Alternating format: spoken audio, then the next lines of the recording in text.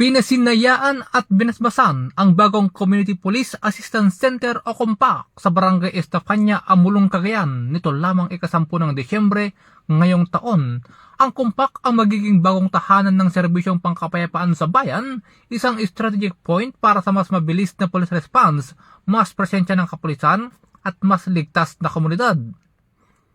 Ang pasilidad ay buong pusong donasyon ni Pastor Arnaiz de la Cruz ng My Brothers Keepers Life Coaches na nagbigay rin ng mensaheng tumutulak sa pagkakaisa ng simbahan, pamayanan at PNP.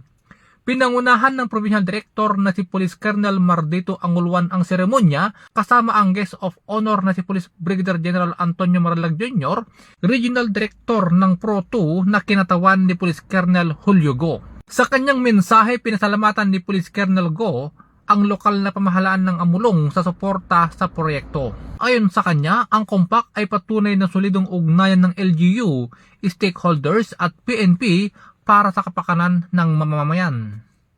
Nagpaabot din ng pasasalamat si Police Major Jose Cabando, Chief of Police ng Amulong, at sinabing magbibigay ito ng ligtas at maayos na lugar para sa mga pulis na nagsisilbi sa bayan.